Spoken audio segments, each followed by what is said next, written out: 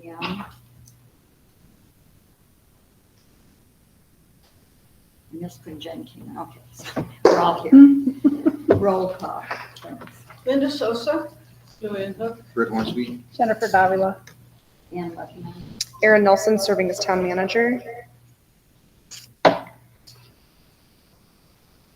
So at 1:30, Aaron, Linda, myself, and Malia Collins met to talk about Fire Mesa Kitchen and surrounding buildings, the community center and cooperative cultural center. And we had not finished our discussion. We were talking about Fire Mesa Kitchen because our hope was to iron out a few things before we put it on the work session today. But because we're still kind of in the middle, I stopped all of us once we had the third person and the fourth person coming into the room. So we just stopped abruptly. I'm going to ask what the idea is. Should we move number 4 up? Malia, what does your schedule look like? That'd be great. If we could at least get to a point where the other agenda items, I think that would be good. Just for the rest of the council's what we talked about in we're doing a monthly meeting now with the community center manager. So the first part of the meeting, which really went to about from 1:40 to about 2:15, was we talked about tree trimming at the West Park. I've got to do a little, or at the CCC, I need to reach out to UDB and talk with them, to Utah Dene Bakea. We talked about potholes in the Bluff Community Center parking lot, getting signage for no overnight parking at the Cooperative Cultural Center. We moved then into Fire Mesa Kitchen and talking about the contract. And I think that in the packet, Malia's contract that she reworked, that merges all of the uses of the community center and Fire Mesa Kitchen into one contract. And so I think for purposes of not getting bogged down, I'm going to ask Malia to just kind of summarize what's in this contract and maybe pick up where we left off, because that is the use of Fire Mesa Kitchen and the rental fees / cleaning fees seem to be where all of us are kind of focused. Perfect. Okay, so hello, everyone. Thank you so much for allowing this to come back up on your agenda. So I have reworked a Bluff Community Center and Fire Mesa Kitchen contract. I've tried to consolidate it into one contract where we have the community center and the kitchen all into one contract, and I'll send it out to you guys for your reference on a later date. But the biggest thing at this time is also talking about the use. So we have small businesses that are interested in using our Fire Mesa Kitchen on a more consistent basis, on using it a certain number of hours per month, as opposed to renting it on one Saturday per month, which is kind of the way that our contract is kind of worded at this point. It's you rent it for a 7 a.m. to 5 to 10 p.m. and it's $140 for the full day plus the cleaning. And the businesses aren't necessarily going to be using it for a full day like that. It's that they need to use it from 5 a.m. to 8 a.m. one day, 5 a.m. to 8 a.m. a second day. And they want to see if we can work out a rate for them that would make it more affordable for them, but then also still benefit us, but so that we can support these small businesses, allow them to springboard into their own kitchen potentially if they choose to go. So the first contract that you guys have looked at, I am so sorry that the rates were what they were. Those are just me playing with some numbers to see if we could get it to where it would still pay for the space. And the last numbers that you guys saw were like down to like $1 per hour on some of those, and that is not going to be. So I've reworked it a little bit, kept the 3-month, 6-month, and 12-month rate, well as just additional hours. And the smaller number of months that they rent, the more the hourly rate is. And then there's an additional hour that they can add on to it that is more than that initial hour, that rate. So for example, if they were to rent 1 month rate, it'd be $10 per hour, $9 per hour at 6 months, and then $8 per hour at 12. But the hour over that 10 would go to $15 an hour. So just some ideas there. But they would also, in order to get that package, this is something I forgot to include on here, there would be a membership fee. You have to pay a fee and agree to the cleaning procedures, potentially. Linda and I were very just briefly discussing this, but there's the option of maybe having some sort of training program of this is if you are going to be a member of the Fire Mesa Kitchen, whatever funding you want to come up with, you have a membership rate, you agree to this many hours per month, this is your agreed upon rate, and then these are your special parts that come with it. You have to have your food manager's certification, because they don't have to have managers, because I have mine, and then follow the certain standard of cleaning. There's also the option if we would want to allow them to store any dry goods, just put a lock on any of the cabinets, because I know there is quite a bit of extra space that we can move things so that someone could have some dry storage. So my question for you guys is, what are the goals of this kitchen? Do we want it to just be used for occasional nonprofits coming in and bringing in a caterer, or do we want it to be used by the community, by small businesses, while they kind of jump into their business? And how can I help? When it was decided to be built, what was the intention? Like to be like a business incubator thing? Don't be looking at me. I'm just anybody that was I was out of members. the picture on Fire Mesa Okay. Kitchen. All right. It was for locals to use. They felt like it would be used a lot. It hasn't been used much. Well, and then COVID, that messed everything up. But it wasn't. I mean, if it was a business thing, it wasn't for a specific business. Maybe like a food truck comes in, they need something extra for a week. Mhm. So yeah, it was for the community and the surrounding community across. And it did get certified and built as a commercial rental kitchen, because at the point that was done, that was the only commercial rental kitchen in the county. And it was part of the bigger plan, the whole community center lot. So I think they envisioned, baseball games coming back, group gatherings, and then that's that whole barbecue pit outside. So it was a little piece of a bigger plan. But now it's, that the rest of it's not. My thoughts were, at that point in time, we were renting out the community center just like we are now, with a lot of parties and things like that. And, rather than having everybody come in here necessarily to do all of their food activities, if we had a food location outside, then that was available, and we could maybe kind of keep some of the wear and tear down in here. And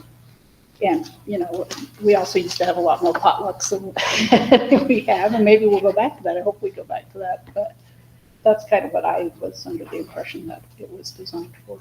And that's kind of me too. That's why, it's awesome that they're doing this, and it's awesome if we can help people get a foothold in the business around here. But it does seem like square hole, round peg kind of thing going a little bit. Like when they were saying last week, when they were rattling off all the reasons that we should be cheaper, and it was all like, not the proper cabinets and not the proper blah, blah. And it was like, that was screaming to me. It's like, yeah, it doesn't sound like we're set up to do this. We're set up to do parties. So, I'm cool with doing it. I like the idea. I love the idea, as long as whoever's going to be in charge of making sure it's clean all the time. So going in and checking a lot fall under the community center? Are you comfortable with that? I'm for it. And the sliding scale money stuff doesn't really, I don't know. It looks fine to me, but I don't know. So, Well, so if someone's in charge of checking to make sure everything is clean and the way it's supposed to be, we're paying that person. So that affects, so we're giving something that's really kind of inexpensive compared to other community kitchens. And checking the cleaning, we now are there's less net profit, and we need to pay insurance, we need to pay supplies, we need, so, And I want to be clear, like, we're not looking to profit. I think we should cover costs. I think that's an important. So yeah, I'd say covering costs is important. As a municipality, we don't look to create profit. I think, the idea of using the assets we have is intelligent, but we also need to upkeep them and not let them go into disrepair either. It sounds like if the idea was more potlucks and stuff that aren't happening, then the folks are offering to use it, then that's great. And I guess the slide, like I said, the sliding scale thing. As long as, is there any reason we can't try it? Like, just do this and for a year, and if it's like, holy crap, this is not working. Like, I really am opposed to trying it for a year. I am in favor of trying it for a month. there you go, even better. Because I don't want to commit to someone for a year to make it cheaper and find out, oh, this is labor intensive. The way this is set up, it's labor intensive for me, it's labor intensive for Malia, Patrick, possibly. So I could see doing it for a month to see how 1 month works and revisit it, and then, but there'd have to be, this couldn't be something where people in their 10 hours pop in and out. It's gotta be, to me, it's gotta be, they wanna use it at 5 in on this day, and they filled out, they could have one of these on hand. I can't see anyone filling out the whole thing every time they need it. So we could have it on file, but they would need to, in my opinion, have it specific. They want it this time, when they're done, it's cleaned, and the things are taken out. I'm curious in terms of covering some of these costs. Malia, you referenced a membership fee. I had seen similar stuff in a little bit of my research. What would you propose for that membership fee to help cover some of these costs? Cost? Mm-hmm. I haven't done enough research to really say, but I can look into it and get back to you guys. What do you know what you've seen as an amount? All over the place. But I will definitely say, in terms of the offerings provided, were fairly limited. And so I think when we look at this cost per hour versus like a membership fee, just to kind of cover the basis, maybe that's a way that we can cover some of these administrative fees, whereas the hourly could cover the cost of utilities and the cost of cleaning. And on your sliding scale, I wouldn't penalize them for 4 hours. Okay. That's my opinion. If they're there and need another hour, they'll rush to pick up more. If they're gonna be in there using it, it seems like I'm gonna go for it out. That's part of the hours is cleaning up, paying for those. I wouldn't add that if I were doing it, I but think that's a good idea, because then, if we have to, because it adds to the bookkeeping, so, I like that. and then I think that the first month will be very taxing because everything's new and everybody's trying to set it up. So I think that would just sort of be a setup for failure, I'm afraid. But I think that it ought to be used. I think it ought to be put to use, and if this hourly rate and the membership fee, the membership fee I've read before when we were first becoming a town, that was an option for the whole community center, because it's a community center. It's for everybody, and so people who have a need for it, like these guys might not have a need to ever come play basketball here, but they need the kitchen, and somebody else might want to roller skate here or use the pavilion or whatever. So it's, I think that membership fee kind of keeps people more, I don't know, responsive to, responsible to being part of a team. Okay, so Anyway, I think you've raised a good point, because I don't think we can impose a membership fee without going through the fee schedule. I think we might have a notice issue with that. So I think we have to look at it like hourly rate and the cleaning. And then we can go back and revisit the membership fee as something that we're going to talk about and make sure that we're legally doing it, whether it has to be in the fee schedule or it's just tied to an ordinance. what it would maybe be is a different rent schedule. So you can rent it longer for, more than what you would rent at one time. Otherwise, everybody's gonna come in for an hour. And so it would need to be kind of you can be on this hourly schedule if you pay $200 up front. Something like that. And I don't know that amount, but something to where it's just part of the rental. If you rent it for X amount, then you can rent it hourly when you actually use it. You bring up Because a otherwise, you've got to have some limit on who's doing the hourly, don't you? Yeah, that kind of seems like a nightmare accounting wise to me. well, and I'm afraid Timekeeping and everything. I mean, unless you went in with like a physical time clock and you clock in here and you clock out when you walk out the door, I mean, I don't know who actually tracks that. LaSalle was one that had a membership, and a lot of them have membership. Well, I'm not saying you can't do it. I'm Well- saying I'm not sure we're set up to be able to do it without looking at the fee schedule that we just passed 6 months ago. well, and I'm It might need to afraid be included.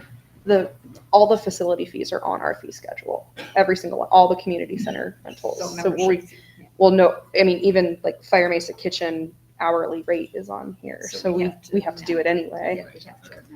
Yeah. I would say if Maria gets some information about the membership fee. I don't think 1 month is going to give us any data. I think I we don't need think so either. 3 months to do it. I was gonna say at We're least moving 2. into the season that people would be renting. So what if we tried the contract for 3 months, get more information about what we have to do if we've used a membership fee, not penalize for the overage hours. And then that'll give us 3 months to work out the administrative thing, because as much as I like paying Malia to be here, I think we need to work out like how keys get handled. Do we use a lockbox? Do we use a schedule? How do we get to address Linda's concerns? How do we get a schedule that we don't have somebody in there baking at 5 and we have the river runner show up at 6? Right, that's what I was You gonna know, ask, is how do And we keep it? how we're gonna from- do it and use the 3 months to try to work out the flaws and the good points, and then come back and look at it and maybe tweak it as we go along. You have an online schedule. We do, we have on the Town of Bluff website, I can update, I currently update it for the community center, but I can put the times that people want to rent it. Or even put it in there, we could do it as blocks of openings. If people could say, I could say we have an opening for the Fire Mesa Kitchen from 5 a.m. to noon, and just have those openings on here, and then contact me, and I can put you in for that time. Yeah, Space. if they have an option of what's available. Save on your time and sorry. I think that can be really confusing to people. And I think they need to connect with you. I mean, maybe they look at it and, because I can't even see the calendar. So for somebody in the community to do it, I think it would be good. Yeah, well, ultimately, they would have to contact me with the current setup that we have, because we don't have it possible on our town website to click and actually like reserve anything. It would still have to be contact me via email or via phone, but that could be an option to, for those that do want to use that as a resource, put it on there. You can hover over it, it says reserved or open. Just put it in really plain words of Fire Mesa Kitchen, this time frame, open. Fire Mesa Kitchen, this time frame, reserved. And that way people can look at it that way as an option. We also have to be really clear about cleaning and what our expectations are, which would be easier if Pat cleaned out than we don't have. The standard is, what I always consider the highest standard. So this is on the agenda tonight, right, or this afternoon. It's the 4 o'clock trip. This is thrown out my mind. So I think we can go back and talk about it. I would agree that the cleaning is a whole separate issue. And I guess what I would like to see us talk about is whether we should just keep the cleaning fee as it is right now and have everybody have to have it cleaned while we work through the 3 months of does this work to do the hourly rentals, the whatever. But we can talk about it and vote on it tonight, but we might as well move to another topic. Well, just have, so the fee schedule thing, like if she finds out how people do the group thing, the membership fee, if she figures out how to do the membership fee, and then there's members that are sharing that sort of rental, it keeps all the rest of the rental the same. And if somebody needs it a lot, then they can come in and join that membership. And then we just change the fee schedule, right? We just need one meeting to amend the fee schedule? Or is that, too complicated? No, it's not complicated. Yeah, so we could just adjust it if we found out there was some solution to the membership. I just think that would simplify the cleaning thing and everything else, because you don't have 100 different users, you just have this little, maybe 3 or 4, maybe half a dozen max, I don't know. There's not that big a town, but it would just help these guys in terms of, is my thought. And then they know how to clean it. If they don't clean it or don't want to opt to pay the cleaning fee, that would always be an option too. Well, anybody else have a thought or comment, or should we just table it till 4 o'clock and think about it and see if we need more information before we vote?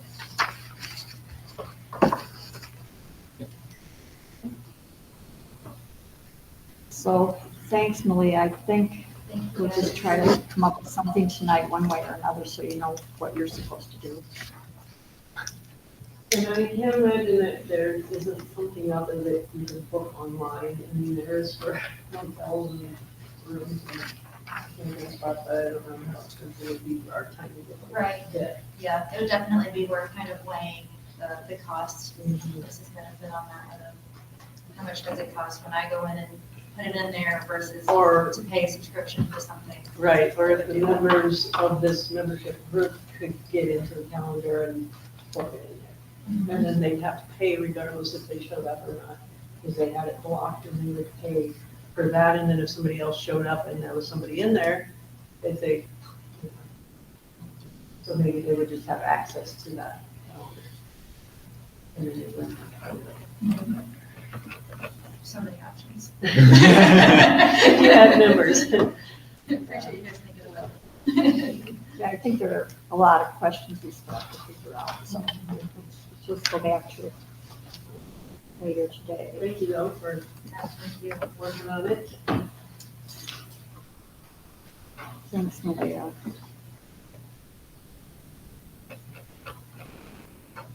Okay, then we'll go back up to what was number 1, which is now number 2, which is discuss the draft sign ordinance that planning and zoning handed off.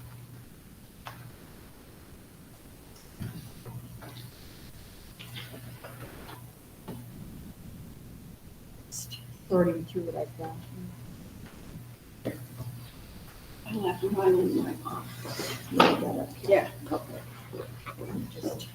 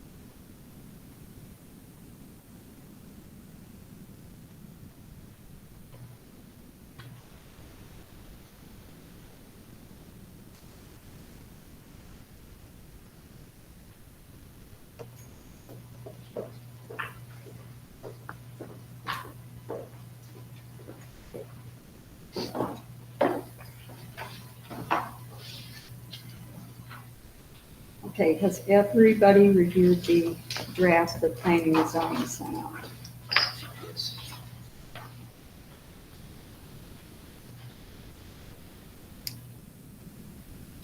Anyone want to start? Any thoughts?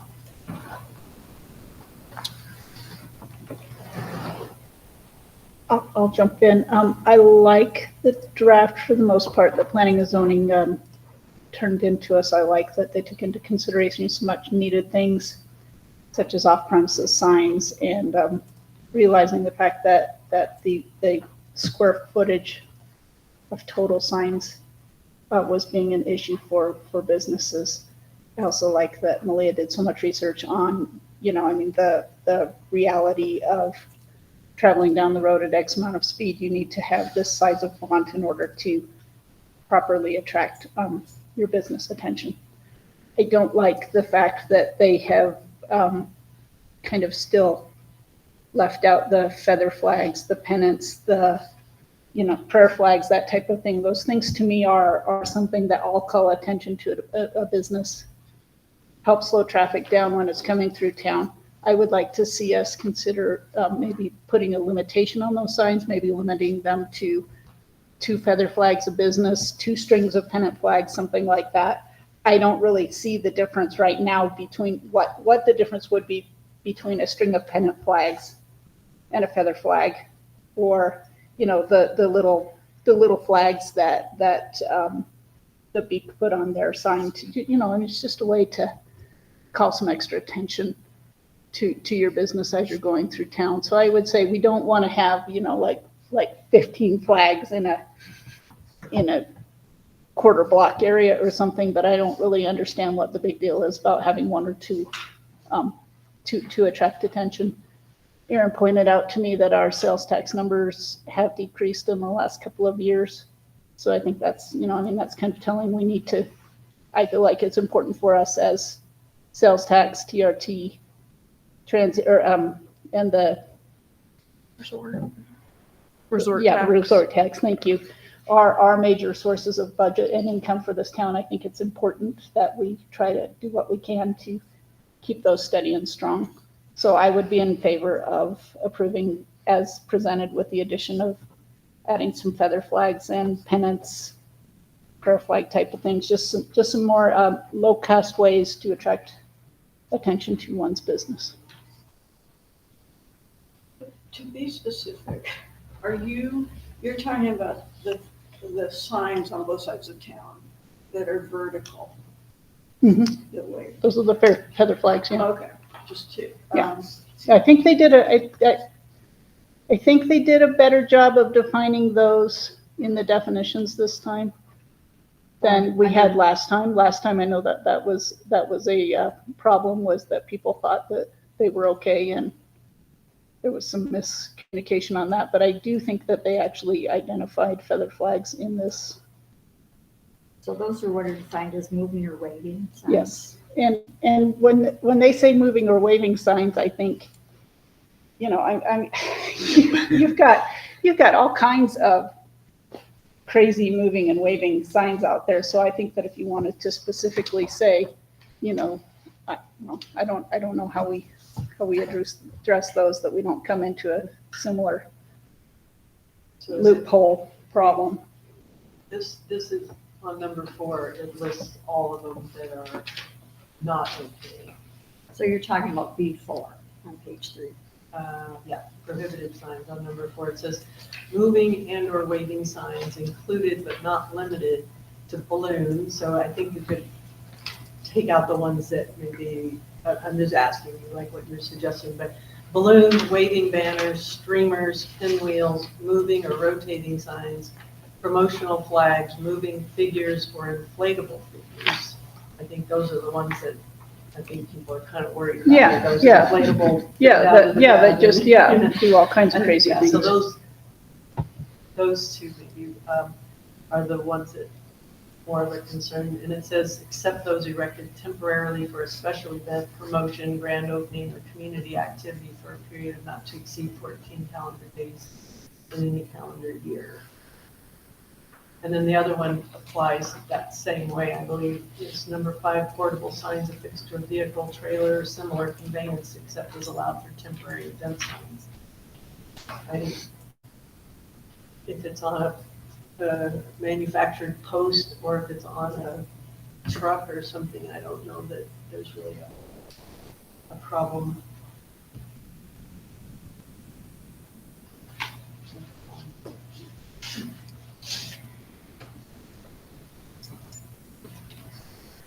I guess for me, those kind of signs, okay, this is my opinion, they say car dealership. They don't say beautiful world-class buildings. They say car dealership, and you can't even read the one at one end of town when you're coming down the through the canyon. You're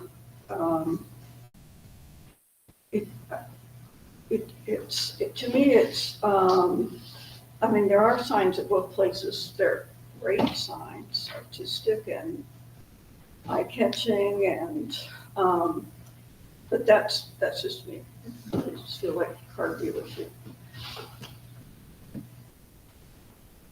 I'm kind of with Jen, I think. I don't think that I don't really, I mean, unless there's a ton of them, which I'm sure there's a diminishing return on how useful they are if you've got a billion of them anyways, but like, I get, like, if you're like, you offer something in addition to your business, like you're a hotel, but you've got food, you're a hotel and you've got a rental or something, like vehicle rentals. It makes sense to have a sign that draws attention to that. Because maybe you're not staying at that place and you've driven slowly. Hopefully you're driving slowly through town and can read the signs, and you might want to pull over and do something you weren't really planning on doing. Yeah, I really think that their intent is to attract the people who are driving through town, not the people who are specifically looking for a destination. It's like Britt said, they're just a kind of, oh yeah, in addition, we offer, pizza. Or information or Yeah, whatever. yeah. I mean, I don't find them offensive to look at town, personally. I honestly, before this kind of came up, didn't pay much attention to them before I started having to pay attention to them. So I'm with Jen to allow your little triangle flags and stuff like that, like prayer flags and stuff. I don't think that that's a safety issue or anything like that to me. I also don't have a problem putting a limit on them if we wanted to, if we wanted to say, okay, businesses, you have 2 or 3 feather flags that you can use. That allows you to put one on one end of your business, one on the other end of your business if you have multiple entrances. But they are a very affordable way to advertise out there. Signs get expensive when you're trying to. I also think that they need to be kept in good repair because they are easy and you know, I mean, they are an affordable way to change often if they started getting tattered and ragged looking and. I mean, they're like almost temporary in nature in a way, like Yeah, with the way the yeah. UV is going to blast them out here. Right, So, and they're easy to take down at the end of the season when, you know, if your restaurant is closing at the end of the season, you can easily take your portable flag down and roll it up and store it for next year. It's just, But also, do we want to regulate that? Do we want to have somebody go around and police how good a shape your banner is in, or does that Well, we're something gonna- that the business just does? well, I think we're saying that we're gonna do that anyways, you know, I mean, we're saying that signs have to be kept in good repair, so. even grandfathered in signs are going to have to be. I mean, with any If you planning and leave zoning, it- we're always going to Right, go if back you to leave enforcement. that in, you don't have to leave that. Yeah, I mean, I think, you know, Because again, it's like, so if there's an old sign in town, you know, those, that are historic or not, or somebody likes it or somebody not, you know, we always say in planning and zoning, you can't regulate bad taste. I mean, it's getting, I mean. So how do you decide that that's not good and this one is good? and Because, I that mean, one you're is getting into good? the whole conversation of blight and planning and zoning and enforcement. I mean, you just have to make that call eventually on what we consider blight, which is dangerous, especially in And a so impoverished county. keep the dangerous part in and the going into public wayfare, and don't worry about inspecting them to see if you want to buy a new one, would be my suggestion. While I'm thinking about it, the size, well, let's see, we don't want to go to size yet. Okay. Wherever we want. Yeah, I mean, It's a conversation. we're discussing the ordinance, right? So But I do, if That was- anybody has something else to say about these inflatable figures or whatever, that's B4 and B5 and B7. Broken, damaged, unmaintained for more than 12 months. Then what? I think we could get rid of 5, 6, and 7, or no, not 6, 4, 6, and 7. Okay, so you're under B, right? Yeah, So you'd like to get rid of which ones? 4, 6, and 7, just for, Well, not 6. no, 4, 5, and 7, sorry. No worries.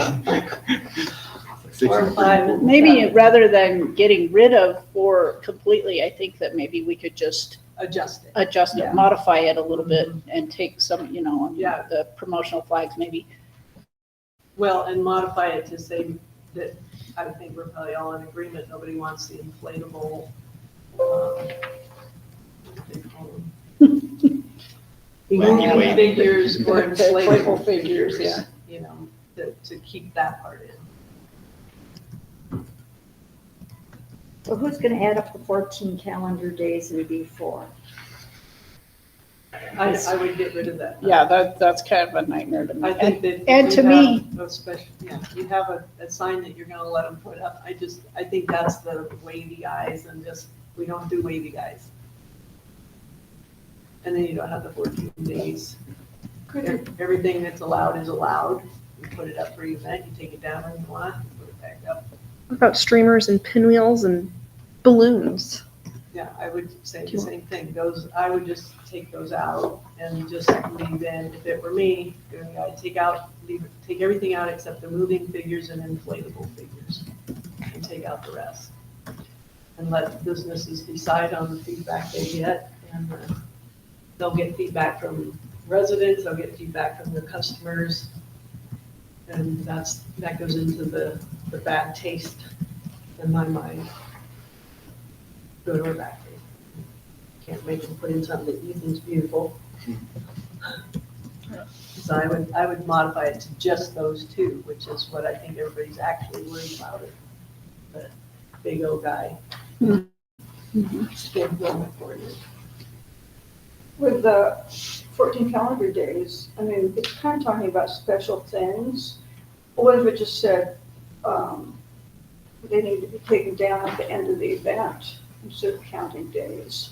I mean, then you can really tell that they should be down. I think the point that they were discussing, the 14 calendar days, if I remember back to the discussion that planning and zoning actually had on this, was that they were trying to give, say we got a tire shop in town and they wanted to bring the Michelin Man to advertise for their tire shop for 14 days. Here, look, we've got a brand new tire shop in Bluff, and Michelin Man is an easy way to draw that attention.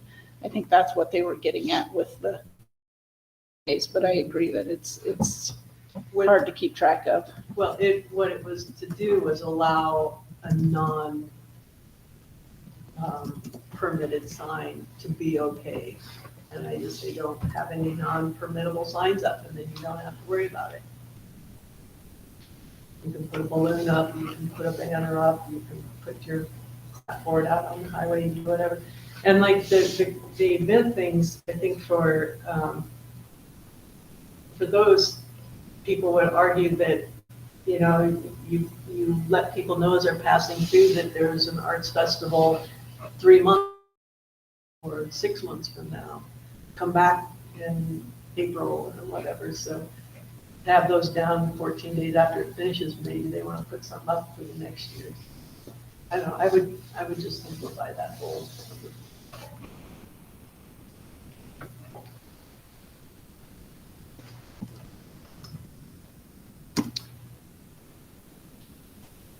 Taking some notes in here. So then planning and zoning developed a nice little table in terms of max space, maximum number. Feedback then, do you want to make edits to that for the flags, for feather flags? Yeah, it seems like those, so if I. Did they get printed, factored into so- the footage? Is that what you're asking? Just, do you want to add there's a amount number per business site column on table E. And currently the temporary animated windless sign, windless waving feather banner, the whole thing, it just says not applicable. But do you want to add to that column then? Or maybe split it into two so you keep your animated figures as not applicable and then do your windless waving feather flags as their own little line. That's what I would do. And I'd take what's out the number? Temporary animated, I'd take that part out and Yeah. just put windless wavy things, with like category, but they're not temporary. Yeah. And then take out the time limit. What is the top of that? So I guess what Aaron's asking is, do we want to implement a like Cap. Capacity? Yeah, I cap? think so. I would say 3. Because 3 is plenty, and you get more than 3, and then it starts to look like a Car dealership. Yeah, yeah. I think that would be reasonable.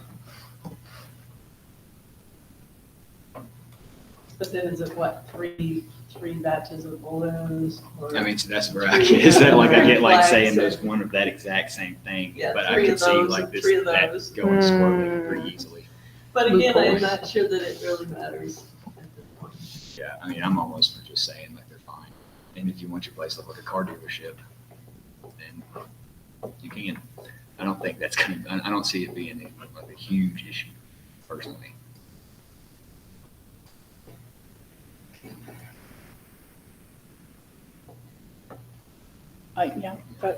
Yeah, that works. I think you definitely need to make it more than one. Yeah, it's Was I mean, kind of my point. But if we were concerned about, I mean, collecting, I have driven through there, I mean, as you're driving to the Durango airport, you go by a couple of businesses that literally have, feather flag, 10 or 15 of them. And, I mean, that does get to looking a little tacky. I can agree with that. So, if we needed to do something with them, I would say we definitely need more than one, but if we don't need a limit on them, then.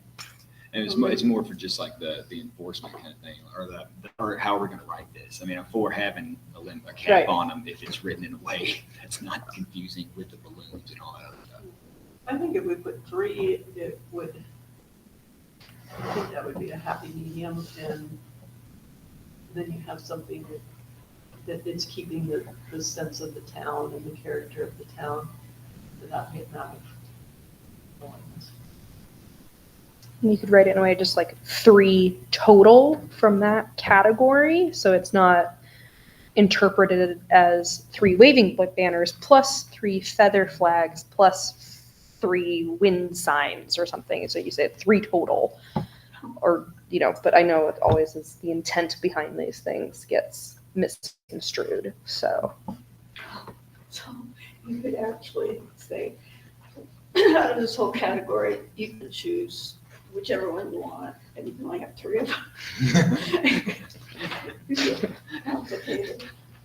That's just a joke, it's not. In the minutes.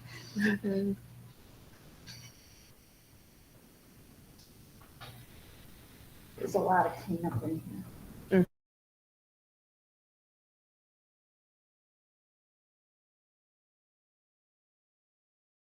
That section there, and then just known number of days, you don't have to worry about that.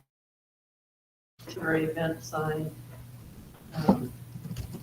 should just be in compliance.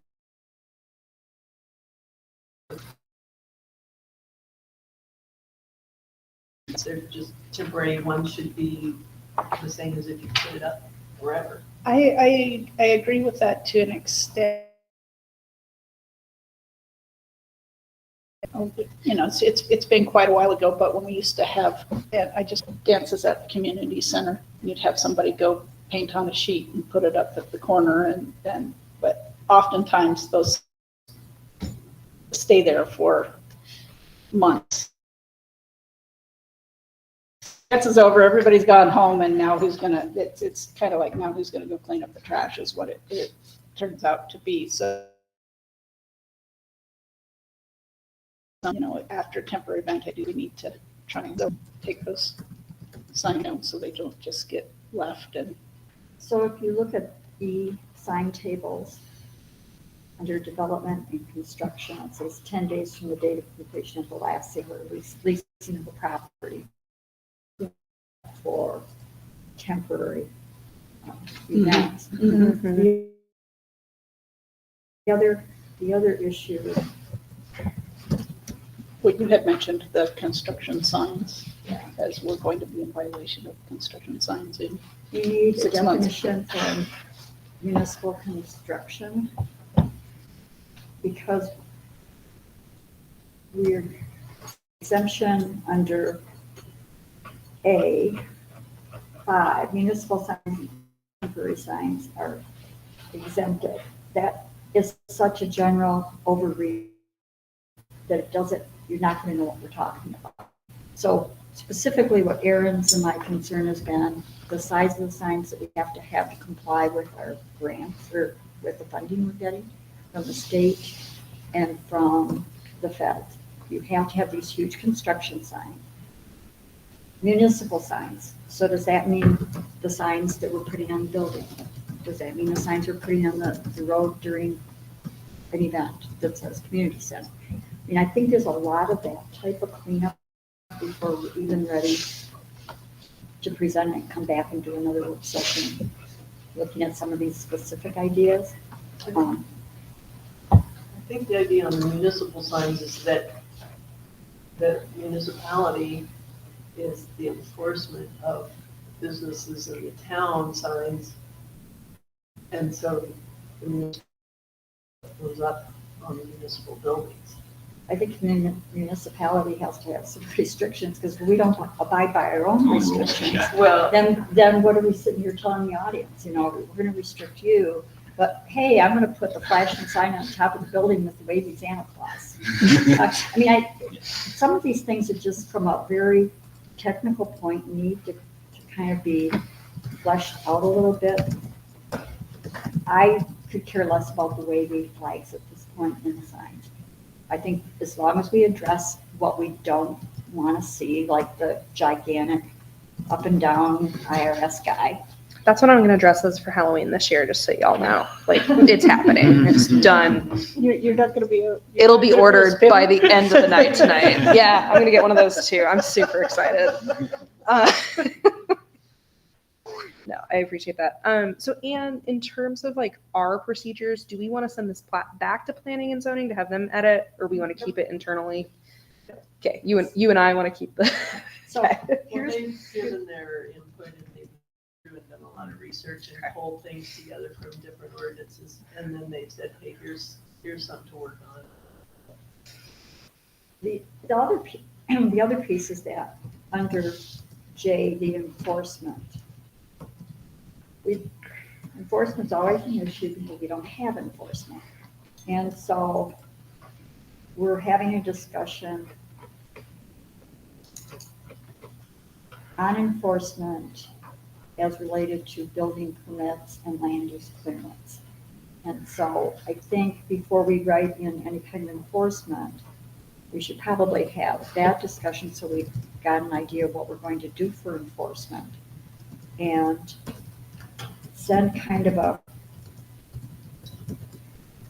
so Chris McEnany has not reviewed this. There are a number of legal concerns that I see in here that I'd like him to weigh in on before we vote on it or do anything. So if I could make a suggestion that tonight, we're at 4:00, you've got me thinking it's still nighttime.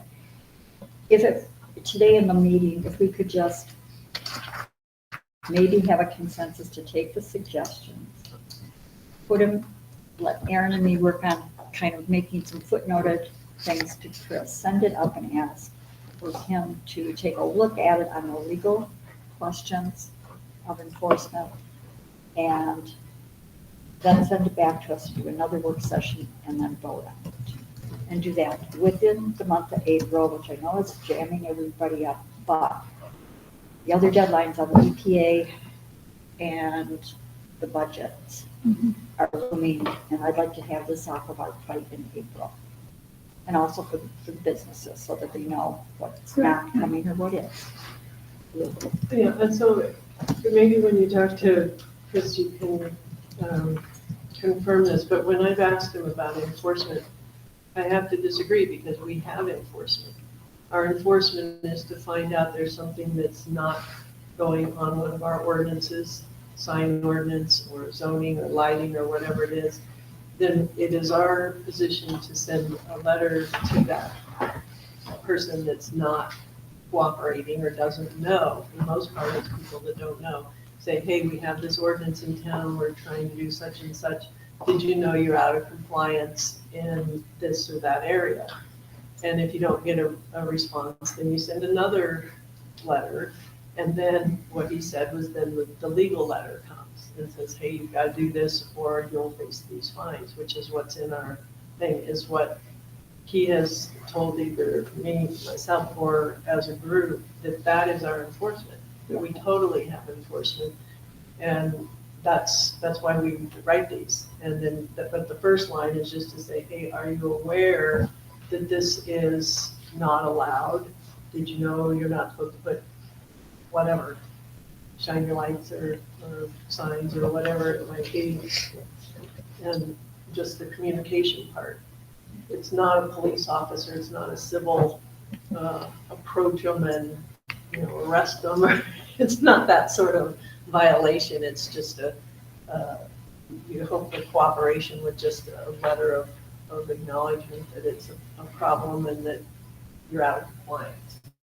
Okay, so I want everybody to look at J2,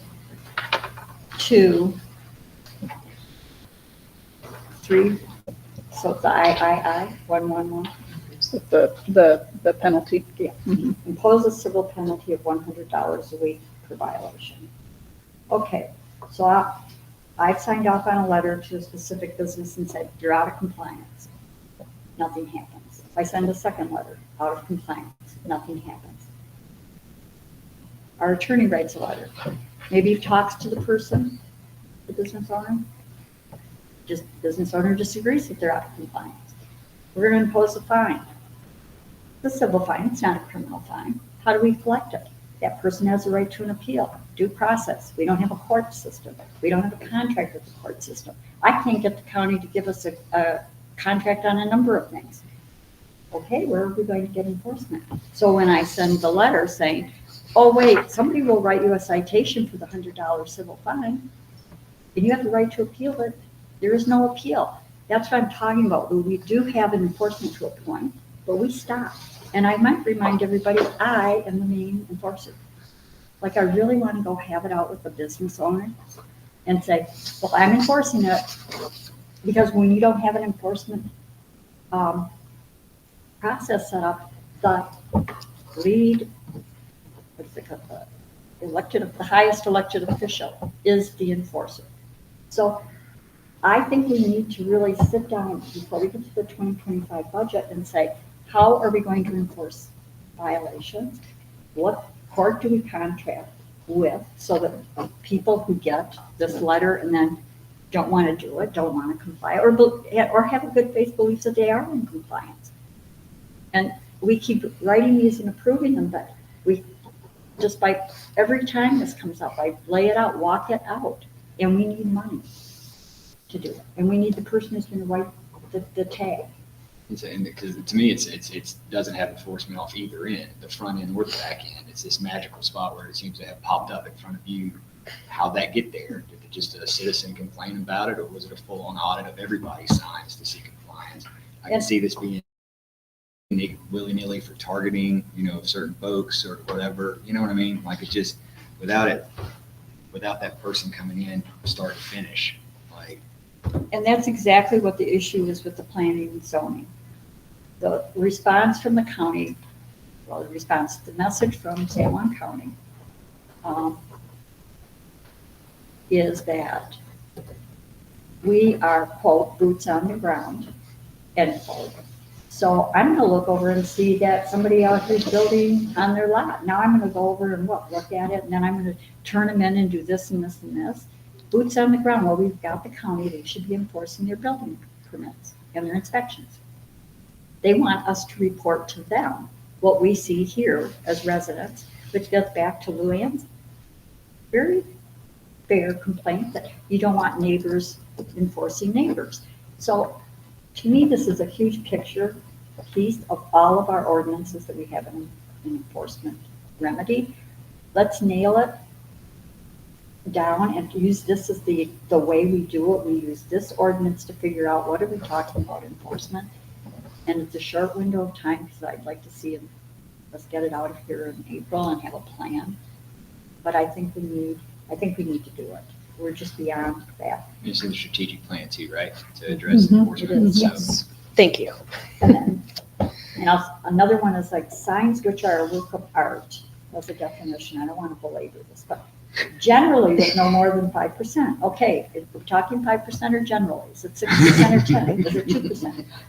So really, if everyone's okay, tonight we can talk about what the concerns are. And my suggestion would be that Aaron and I do kind of a footnoted document up to Chris.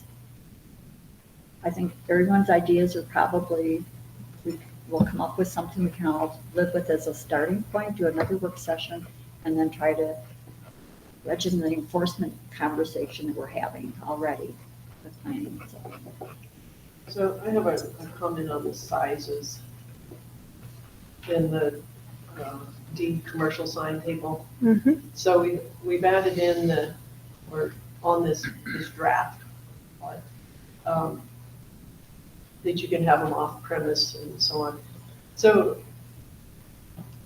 like we were talking earlier, Malia found where, I think it was you on the speed thing and stuff. Was that on Diane maybe? Yes. But anyway, whoever discovered it and put it to work and put it into a table, the speed limit is right. And there was a comparison to San Juan dump up here, the landfill, yeah. That was a brand new sign and it's really small. But you're going 65 and it's off the highway and it's over there. But these are assuming it's 40 miles an hour, and these are huge. These 86 square feet. So I can have an 8-foot by 10-foot sign right along the highway, right in Bluff. I think that's just too big. It just is a large sign. And if you go to that same table and go back to what, we're trying to get the town speed limit to be at 30 miles an hour, and we're planning for the future, so 30 miles an hour is the plan for safety for people walking, and the rest, just plan the signs for that too, so that they're not so big. Those would be huge. And I've not been able to measure, like, the ones up in the canyon, those are not nearly that big.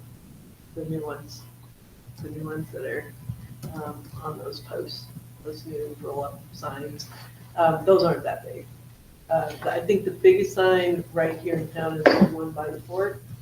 I don't know how big it is, I never did go over and measure, but it's big, it's sitting up, so it's higher and kind of out of the view shed a little, but if you drop that down and put it, you're gonna be inundated by some huge signs. So I think we need to just revert that to 30-mile-an-hour limit to the size, and I think if we reverted back to 30-mile-per-hour signs, and I don't disagree with you that those are big signs. I don't disagree with that. But we're not at 30 miles an hour, and now we're making it up. We're saying we want to be, Speed limit is Well, I think- 45 miles an hour. I'd like to be at 25. Honestly, I'm sure that business owners who have businesses where people are coming on and off their property would love to see 20, 25 going through there. But I don't think we can use what we'd like for what we're creating right now. well, I think you can use whatever you want. It doesn't have to match that form, but that's a Sure. way that you can jump it down the sizes, but those are big signs. Well, And if everybody puts off-premise signs all the way through town on both sides of the highway, because they get rent from whoever's place they put their sign on, But it's gonna, I think that the off-premise signs were not 86 square feet. Those are for on your, I believe that those were designated for your commercial building site. So say, Off premise at 30 square feet. yeah, are they, where am I missing that? It's on table E, kind of halfway down. the off-premise, second from the bottom, I think, mhm. on that page. The size limit were just 30 square feet in a commercial, well, in A2, A3, C1, C2, C3, or F1. They were limited to 30 square feet. So the 86 feet were to say, Okay, not to pick on the Desert Rose, but if Almer wanted to put an 86 square foot sign on the side of his building, he could do so. okay, that's, yep, thank you. That's fine then.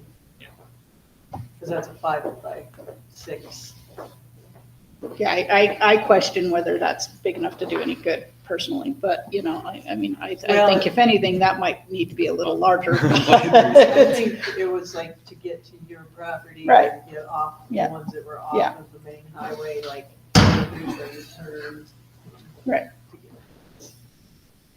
And off premises could be on 65 miles an hour, right? Because the town is.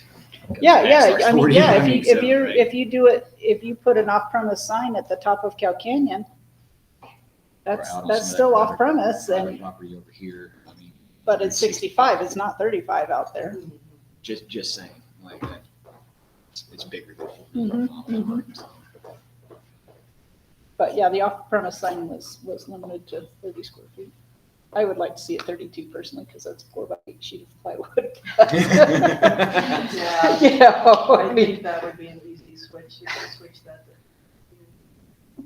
Easier to talk about all this in terms of plywood sheets. Right, right. So, do we have a consensus there's still work to do? Yes. Can I get a printed copy of this? Scratch on it. So I would Cheaper say for you. we can talk about it in 4, Mhm. a little bit more. But I think we also have a consensus we're not ready to vote. Unless I'm wrong, somebody tell me. So let's have a goal of, by the end of April, having this passed off with the discussion with enforcement with our attorney about the realistic steps we need to take to have actual enforcement. which fits in the strategic plan. Who approved the strategic plan? No idea. Okay. It's nice to nothing line there as well. It's on, the signs are on there? Just on the work session is what I read like 3 times. Perfect. Then if we'll go with the consensus, Erin and I will work on getting some notes up to Chris, or everybody bring your ideas back to the next work session. And we'll aim to get this done in April.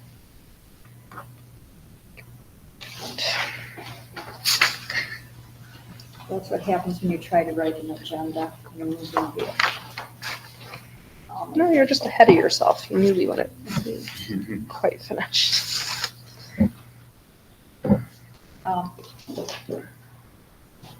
The number 3, review and discuss policies for advisory committees and soliciting letters of support. Quite honestly, I didn't get to it. It's been a hell of the last 2 months, and I am behind. I will get to it in April and get it on the agenda to talk about, but it's pretty much going to follow what we hopefully talked about before, and a policy that we can look at and approve that's short and sweet and applies to all of the advisory committee. So apologies. So the last thing is review and discuss the policy for check signing. So the question had come up about, well, the issue had come up about getting checks signed and countersigned. And I went back and looked at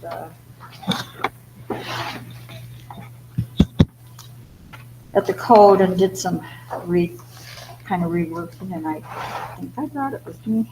Oh, I know.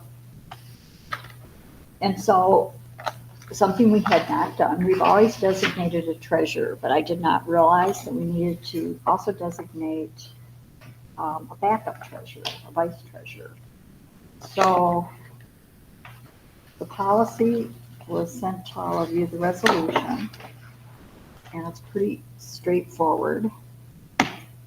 I think. And that was probably in your regular packet, not your work session packet. Sorry, folks. Thanks. So, whereas the Bluff Town Council voted unanimously to continue to use Zion Bank as its financial institution, whereas the Bluff Town Council voted unanimously that newly elected council member Jennifer Davila serve as treasurer during the 2024 calendar year, and whereas the Bluff Town Council voted unanimously that the signatories to Zion's bank account are Mayor Ann Lebanon, council members Hook, Hornsby, and Davila. And whereas a deputy treasurer must be appointed when the treasurer is absent or unable to sign all checks prepared by the recorder. And whereas the deputy treasurer cannot be the recorder, which is why Linda Sosa is excluded from this. And then the resolutions are that we need to appoint tonight a deputy treasurer. And then the alternative is if neither the treasurer or deputy treasurer are available to sign them, the mayor can sign or council member can sign, except for Sosa.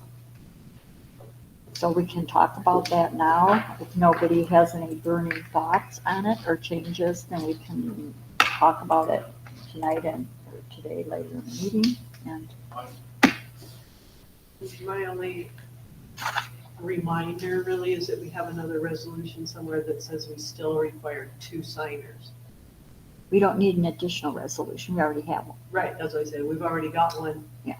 We already have one that says that. You Right. want an additional, do you want an additional whereas? Well, I mean, that's my only thing is that it might be confusing that only one person is required to sign. So whereas we've already decided that 2 people must sign every check. It's not a bank requirement, it's our town's requirement that 2 people be on it. Why don't you make that motion tonight to add it? Okay. Because I just think, just for clarity. No, that's fine. We can cite, if I can find the resolution, I can cite back to that resolution that we have 2 Or signers. that it's expanding, I don't know how you word it exactly, but It's already existing resolution, yeah, so that it's a resolution that we require 2 signatures on every check that the town sends out. so if you can think about that for tonight, for 4 o'clock. For And 15 this- minutes from now. 15 minutes. Please have a This break. would allow us a 15-minute break if we decided to adjourn now. Everybody could get a 15-minute break. Motion to adjourn. It's 3:44. Is there a second? I'll second. All in favor, say aye. Aye. Aye. Anyone Who anyone- was the first who motioned? Britt. Okay. Anyone opposed? All right, it's unanimous, and I'm turning off the reporter. All right. I like jumping on those easy motions.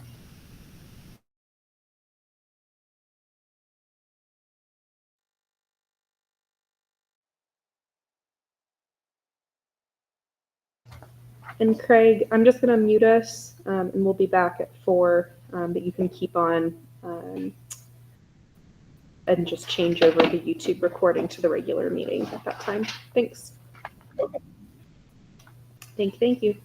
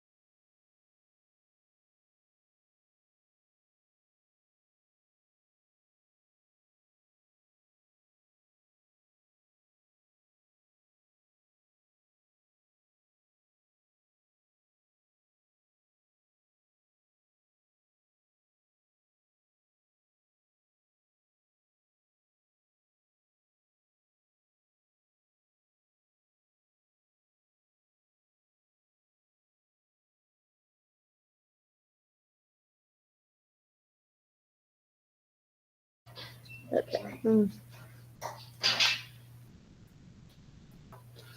Hello. But our own audios are supposed to be off, right? Correct. Okay. Yes, I think everyone's in good shape. You're in it. Yeah, no, we're in good shape tonight. Today, this afternoon.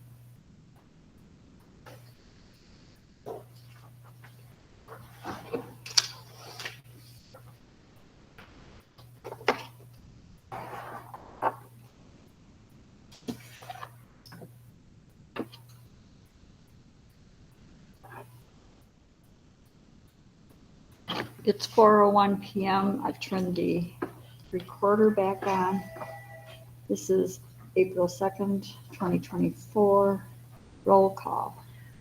Elsa, Luann Hook, Rick Hornsby. Jennifer Davila. Ann Lepinen. Erin Nelson serving as town manager. The first item on the agenda is approval of the Bluff Town Council regular meeting minutes of March 19th, 2024. Has everybody received them? Have you read them? And are there any changes or modifications? Motion to approve the regular meetings for March 19th. Second. Any discussion? Any changes? Then all in favor say aye. Aye. aye. Anyone opposed? It's unanimous. Do we have Drew Cooper on? Public comment. Oh. I just wanted to move right into it. This is public comment. There will be a 3-minute time limit for any person wishing to make a public comment. If you exceed the time limit, the meeting controller will mute you. Prior to the meeting, you should have raised a hand icon or let us know that you wanted to speak. Erin, is there anyone on? I don't show anyone online, and the chat box was actually open tonight, and no public comment here either, I don't believe.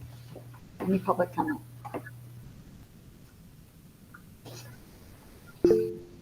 Oh, Okay, I do have a hand raised. okay. We've got one. Diana Davidson. Hello, thank you. I would just like to make a comment about the Fire Mesa Kitchen. As you discussed in your work session, it was not designed as a business incubator. Although that is a really good idea, want to just make certain that in your plan, if you do have it as a business incubator and people are making product in there on a routine basis, that there is still capacity for someone to come in and prepare for a large gathering at the community center. That was what it was designed for. So if someone is preparing, for a graduation for 75 people, just make certain that they would still have the capacity in the room to do that if the business incubators were also occupying it. Thank you. Thank you, Ms. Davidson. And then we did have another hand from Hannah Whitney. Okay, go ahead, Ms. Whitney. Hi. I just had a couple quick points after the work session that you had this afternoon in regards to the Fire Mesa Kitchen. I think one thing first, I would just really implore the council to consider amendment to the contract of Cow Canyon Coffee. I think that I understand that we were the ones that brought it to the table. However, we really strongly believe that this is something that will benefit the town, that will benefit the greater community of Bluff and the surrounding region, as well as possibly some small businesses. So I know the conversation tends to narrow in on our business, and I would just really implore the town council to sort of zoom out and consider this as a possible opportunity for the greater community of Bluff and its residents, and not just as a business model. And the second thing I would just like to ask the council is what the definition of community is to you. there seems to be sort of a division in the conversation happening between community and a small business. Cow Canyon Coffee is a small business that is owned by 3 local Bluff residents. We employ Bluff residents. We bring revenue into the town of Bluff, and we are socially a community hub for the town. So we very much consider ourselves to be community members, and that our business is a really cool new part of the community. And so I would just, conversations where you're talking about the kitchen's purpose to serve the community, I would just ask you sort of, what do you mean then by community? Thank you very much. Really appreciate it. Okay, and I know our audio system isn't perfect here. Did folks on this side, were you able to hear okay? We do have the recording here. I couldn't hear Diana very well. I could hear Hannah just You got fine when I hers. popped this on, but I Gotcha. couldn't hear Diana. Okay, Same with me. okay. I have to listen to the audio. Yeah. Could she run it again with this up, or does that? Yeah, it'll go back and forth. So we need to fix that moving forward. But I'll make sure that everyone has access to the recording. Both comments were about Fire Mesa Kitchen. Diana's specifically was regarding the capacity, allowing capacity for gathering space, still having the ability for other people to come in and use that space. And then Hannah's was regarding the comments on community and what does Bluff consider community. So I'll make sure that's shared with everyone, and then we will get this solved for next session, because this is not a good layout. So and then for those of you who have your computers up, you have the ability to turn on closed captioning, which can be helpful, but we will get that solved moving forward. I'm sorry for the clunkiness today. So any additional public comments? We've got one in the room, or we still? Just me? Okay. Okay. Go Can I ahead. go? Introduce right. yourself.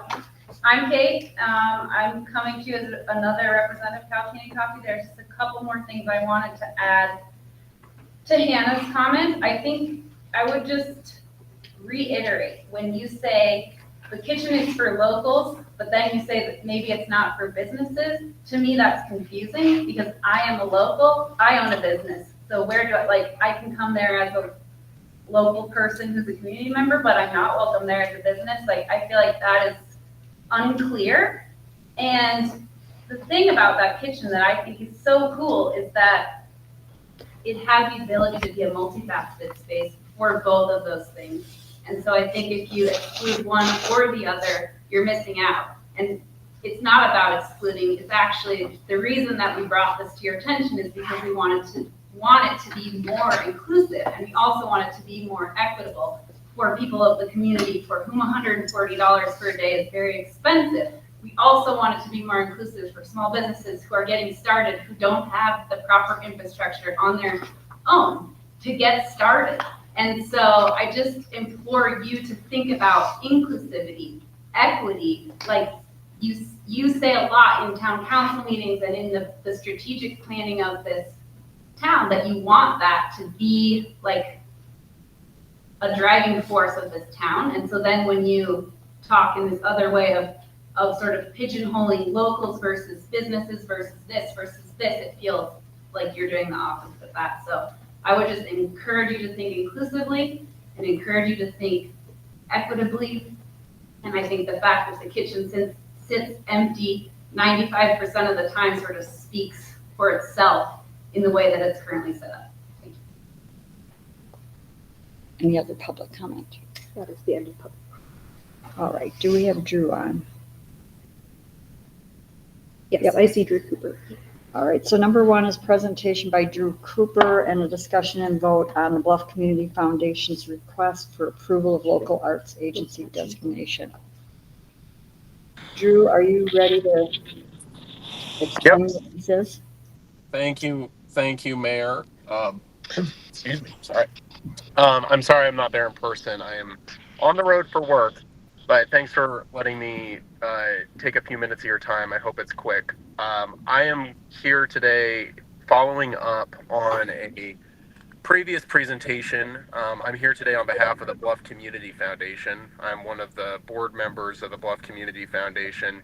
And for those of you who might not know, the Bluff Community Foundation is a relatively recently founded nonprofit designed to support and grow local initiatives.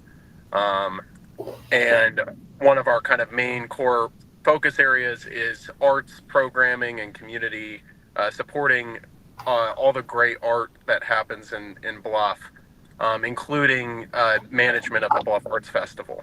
And I'm here today to seek the council's approval of a designation known as the Local Arts Agency designation, which is a designation that can be made for specific geographic areas around the state. Municipalities or county governments can make these designations.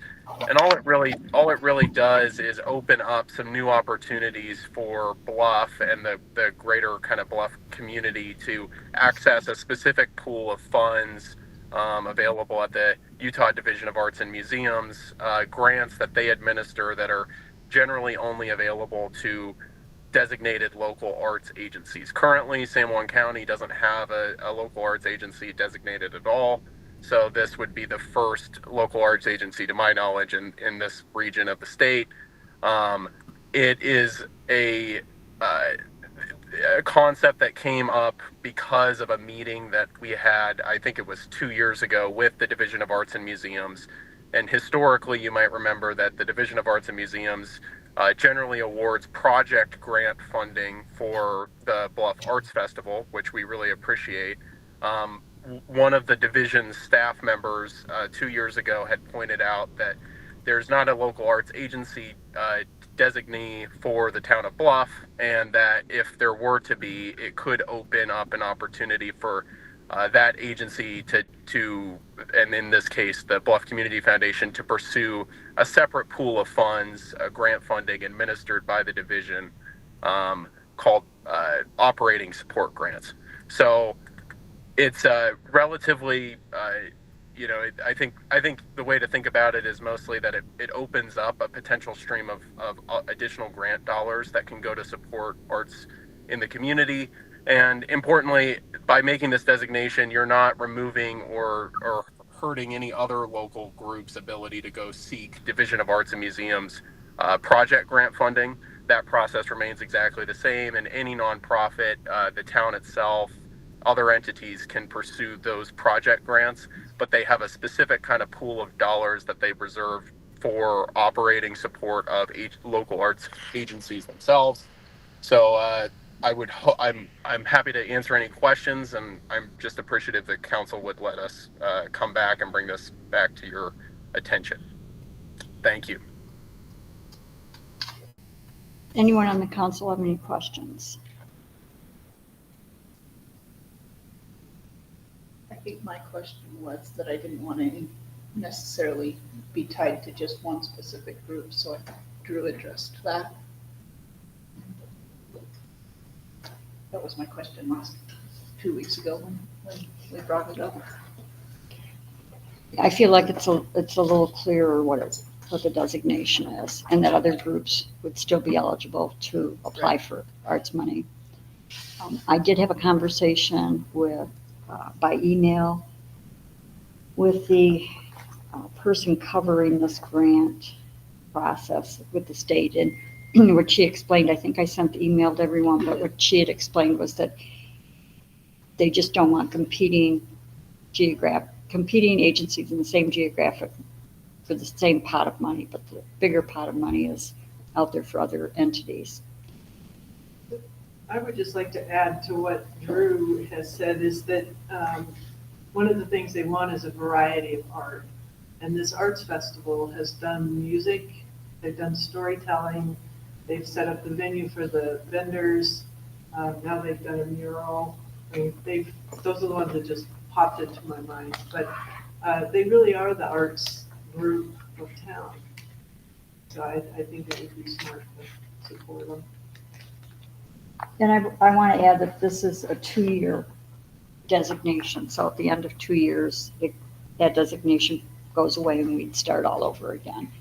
And they have kids programs, they do, they do the art printing, the paper printing, they've done a lot of different things. So they're definitely a legit arts group.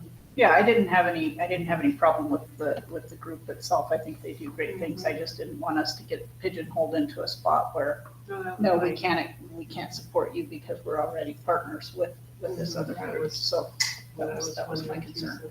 So I think it's worth. Okay, so anybody have a motion? Motion that we approve the local arts agency designation agreement, Bluff Community Foundation. I'll second. Any further discussion? All in favor, say aye. Aye. Anyone opposed?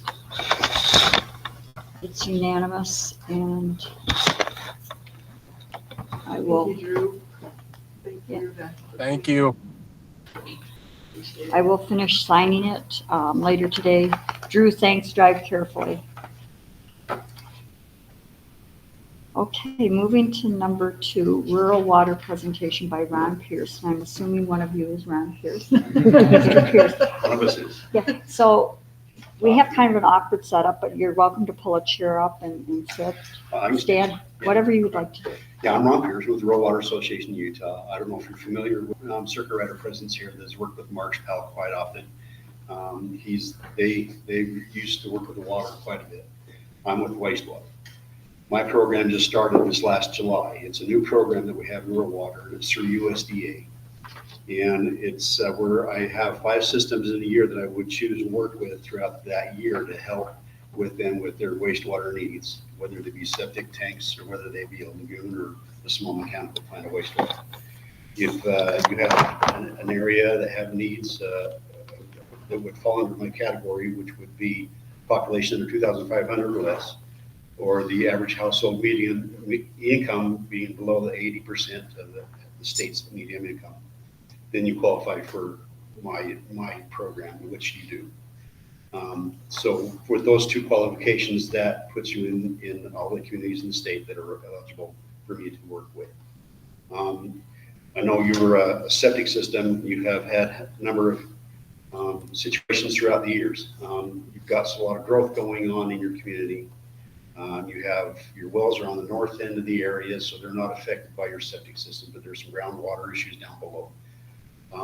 My program is to come in to look at what your wastewater situation is currently, to find out what your wastewater needs will be or your wants will be. And with that program, I can put together a report along with financial assistance to help get you to what you want your system to look like.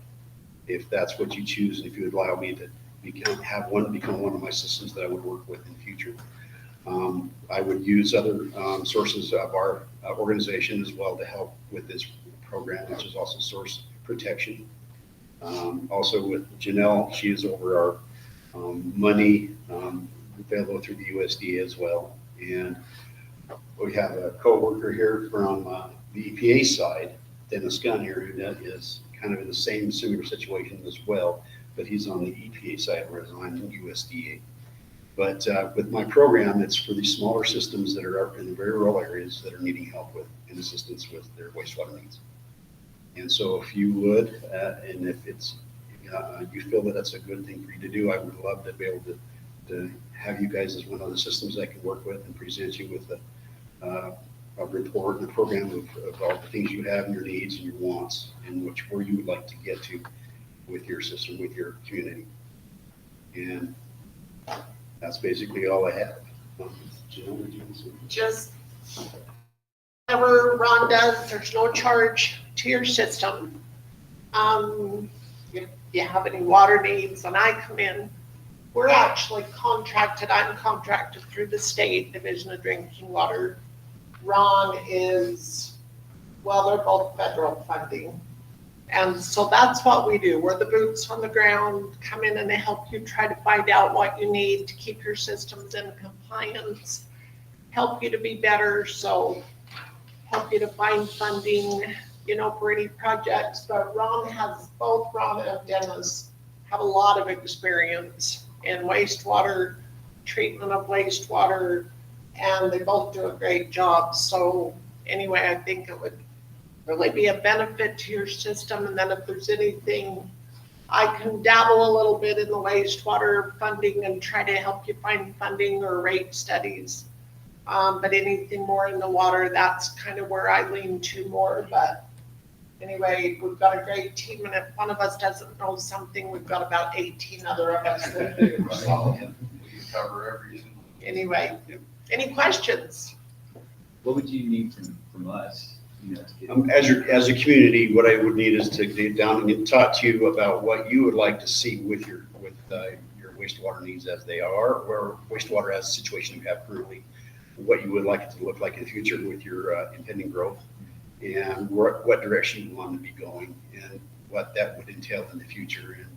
And some systems would be where they would have maybe an upgrade to their mechanical plant, or upgrade to their wastewater lagoon, or upgrade to a wastewater lagoon, or some other system. There are different types of systems you can do without having to go to a lagoon that we could look at too as well. So those are the kind of things that are available, and it's just me being able to come in and assist you and help you to get to where you want to be as a community. And like she said, like Janelle says, that this is free for you. It doesn't cost you anything unless you decide that you want to do whatever on this information that I put together.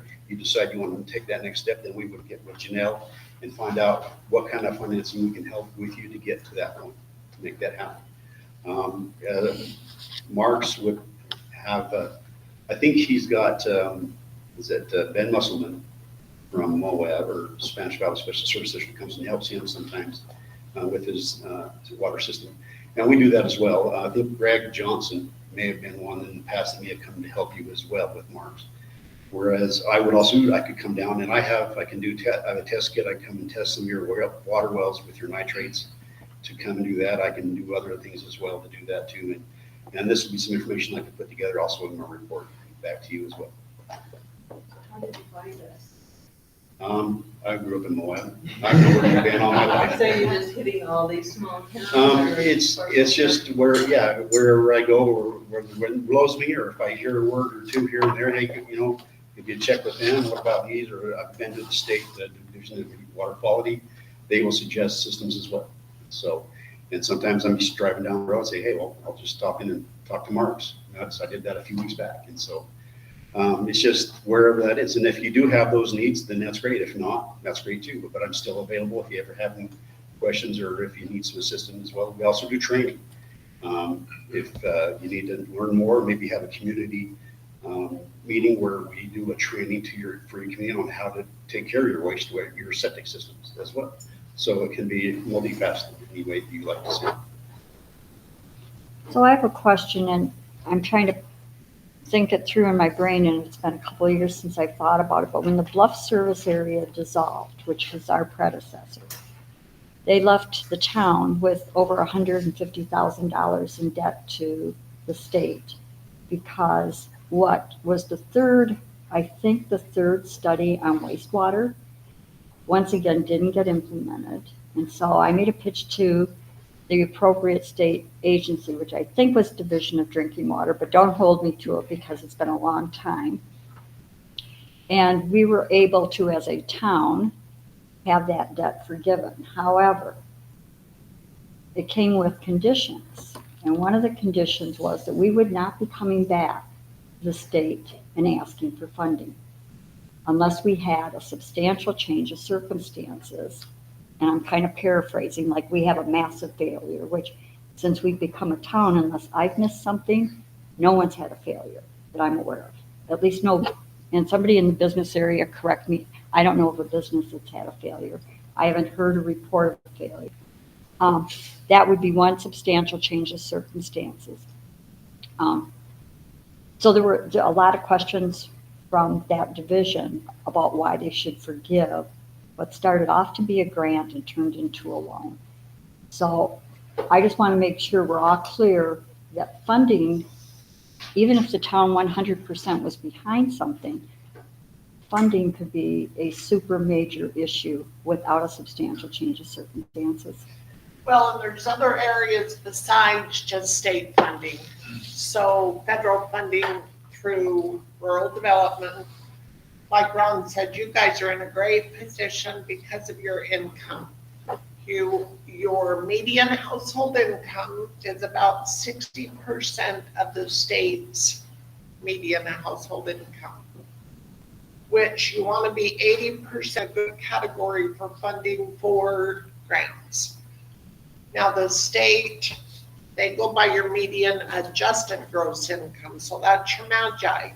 That's determined by tax returns, where the federal goes by the census. And that just came, they just finally got the 2021 finished, 2020 census finished. But anyway, I'm going to call Michael Grange with the, there's other areas to look. You stand in a great position for state funding as well. You're about 51% of the state's MAGI, for Bluff's MAGI. So either way, you're good, but I am going to talk to Ken Hoffman. He's with the wastewater part of the funding through the state, and then Mike Grange is with the drinking water. Ken Hoffman's name is familiar to me, Okay, and I'm thinking that he was one of the people on the panel, okay, I think. okay. Again, we're going, So it was a wastewater project. it was the third Okay. wastewater study that had been done for Bluff, where the Okay. town pretty much the town was not able, as I understand it, somebody with the history here, the town did not have a consensus to move Okay. forward. And so the studies got done, funds were expended to do the study, and having heard it directly from the person who did it, somebody in town was able to persuade this division of the state to turn it from a grant to a loan because of the lack of Okay. movement. Do you know about how long ago that was? Off the top of my head, I really can't. I'll I- just tell you, I have seen things happen in funding that they were in a bad situation before, and I have seen them fund future projects. So kind of depends on the time period, the people that were there, and then maybe you get a new group and they're like, okay, bygone, let bygones be bygones. I'm not saying that would happen, but I have seen that, especially recently with a couple of communities, and so that's good to see. One thing, they are not gonna let your system fail. Right. They're not gonna let that happen. Right, and that's why I qualified it with, unless there was a substantial change. And right now, at Right. least as I'm sitting here, I haven't heard of any substantial changes, but Well, and this is where Ron would come in and test that water, make sure you're not showing up some nitrates, from these septic systems, and see what help you may need. And the state's been very good. I know they know that Ron knows what he's doing, and Dennis, and so they are good to go along with what they recommend. So, Also on that, the past situation talked about, I can get over to Rick Meyer over in, they used to be the Public Health Department environmental director. I've been trying to talk to him tomorrow when I get a chance. And I have talked with him before. He may have some more information about that, timeline and that too, and so I can get that to you and to you as well. You'd like to have that too. we actually have two members of the Bluff Waterworks sitting in the audience. And Mr. Tunay, did you have something on Hi, it? Mayor. Please. I'd like to dovetail off what the mayor has said. At certain points of the year, there may not be specific systems that fail. But I'm the vice chair of the water board. We do have studies where our groundwater is contaminated, and that contamination will ultimately get to the San Juan River. And so that will present a much larger issue for the town. Just so you know, wastewater is a touchy subject for the town. So, Well, and so knowing this- that, I know that too as well, and that's why I've been doing this too, because I've been working with Mexican Hat, which, You know, they take water out of that as well, and so does Halchita. And the residents of Halchita won't drink that water. They won't drink anything coming out of San Juan River. They actually will drive over and grab a tank full of water from somewhere else, bring it and fill up their tank with it. And that's just that's their choice to do that, even though the water that has been treated for them is probably passes and is good, but they just decide they want to do it. Part of the reason is because of the toxic spill from Colorado. And that's probably number one reason why they won't drink that water out of San Juan River. So my question, if I may, my question to you is that considered as a significant event that would, is the state going to force us to have a system at some point? No, the state, as far as I've been talking with them, it's more of a public health issue, so it'd become from the public health department, not from the state. It would be a very serious situation for the state to step in and make you do it. But it'd be more for the county health to be the ones that would have you do something if you get to that point. And that's why they do the permitting for your wastewater septic systems. Unless it's a bigger system and if it's a large underground system, then it would be the state that would give you that permit for that. So if you have contact information, that would be helpful. And maybe give it to our manager if you have cards or anything. And we, Yeah, I just, we've all been involved with the water and wastewater and whatnot. So our wells are artesian. They're very deep and into the Navajo, so they come up like 20 pounds. They set it right on the wells, and then there's a water board, they pump it in and treat it, and, you know, it comes back higher pressure. But so that's something to know. And then there've been 3 studies in town for the groundwater, at least 3 studies, and the most current one is the one where the gas station. And the groundwater moves about an inch a year. So the chances of it ever getting to the river are really slim, and it's not much of a threat. But then also you say your drinking water comes down to the Navajo water, but there's also one aquifer just above that as well. So, and I'm not sure exactly what the name of the source is. I'm not sure. So different aquifers. Yes, and so that would have been affected first before your drinking water. And I was talking about groundwater. I was never talking about Right. aquifer, and that's where people get it confused. But the groundwater doesn't move. It moves, that's what I'm talking about, it's only an inch. So- It just like sits in this puddle, and we've studied that on several different things over the years. It just sort of, where it's a little basin here, doesn't necessarily. so there's obviously a lot of discussion that we would need to have or want to have with ourselves and the community, because it is a hot topic. It's probably one of the 2 that is going to push everybody around. So I really appreciate your coming, but I'm going to move us along because we have a long agenda and we're at 4:35, so. Okay, all right. Thank you for your very time, much. And I'll Thank get you. in contact with Marks, and if you guys approve, I'll get, let Marks know. Then I can come back and do whatever, so I do that. Here's my. Yeah, this isn't gonna be a quick thing. This is gonna be an ongoing thing. Thank you. And we'll help you through this. I can tell you, if you do get in trouble with any of the state or any of that, if they know these guys are helping,